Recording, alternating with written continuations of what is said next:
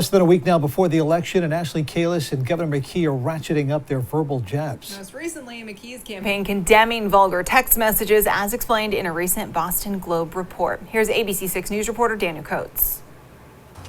What kind of example is this setting for our children?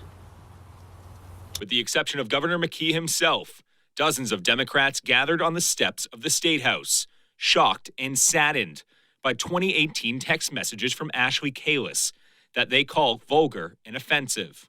The Boston Globe reported Tuesday that these texts came from a dispute between Kalus and a Chicago-based contractor. It was a concern because seeing that type of language being used and the meaning that was being used makes me worry a lot. If that's the type of language that we want people to be using here in the state of Rhode Island for the leader of the state of Rhode Island. Kalus's team quickly responding to what they called a petty news conference, citing multiple instances where they say the governor put politics over people, asking, do we really want a governor who is afraid of a few bad words?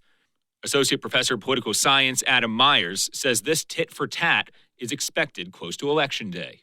The campaigns know is that negative news, even though voters say they don't like it and they say that they wish politicians wouldn't focus so much on the negative, the fact of the matter is negative advertisements work. Regardless who's victorious, Myers believes both Kalus and McKee would have to work on their approval rating, as both candidates have some hiccups on their resume. The McKee campaign, knew that he had some negatives going into this race. And so one of the best ways to neutralize those negatives, quite frankly, is to ensure that his opponent has negatives associated with her as well. In Providence, I'm Daniel Coates, ABC 6 News.